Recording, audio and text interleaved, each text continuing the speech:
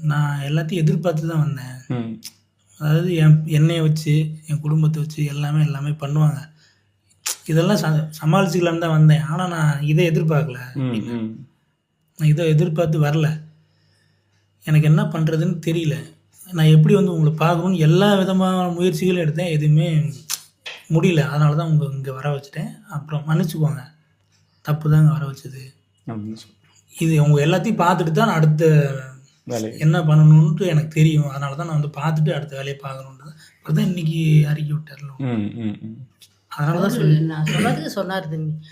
அம்மா நான் எங்கேயும் ஓடிற மாட்டேன். உங்கள விட்டுட்டு எங்கேயுமே நான் ஓடி மாட்டேன். நான் கண்டிப்பா நான் வரணும். நீங்க வரணும். கரூர் வரணும் அப்படின்னு நான் சொன்னதுக்கு அவர் சொன்னாரு. ம்.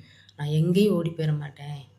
நான் வருவேன். உங்களலாம் வந்து நேர்ல வந்து பார்ப்பேன். என்னால இப்ப வர முடியல. வர விடமாட்டேங்கிறாங்க. நான் என்ன பண்ணட்டும்? நானும் எவ்வளவோ முயற்சி பண்ணி பார்க்குறேன். எதுவுமே என்னால பண்ண முடியல. கண்டிப்பா இந்த பிரச்சனை கொஞ்சம் இதானதுக்கப்புறம் எனக்கு பர்மிஷன் எடுத்து நான் வருவேன். உங்க எல்லாரையும் வந்து நான் வீட்ல வந்து பார்ப்பேன் நானு.